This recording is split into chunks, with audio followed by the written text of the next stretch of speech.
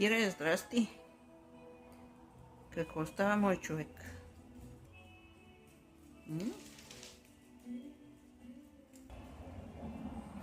Виж търка ти.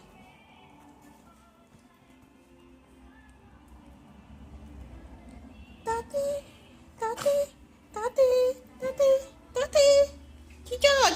Чичо. Тати, нещо си имам бебета. Май, много е тежко положението. Виж.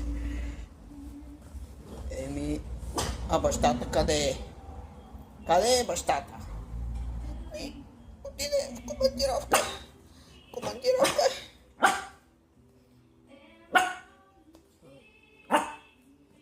Значи, той само по командировки ходи, никакъв го няма, тя да се притеснява, как ще ражда?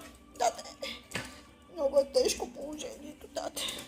Сега ще му се обадиме по телефона да го питаме какво става. Да, не може така.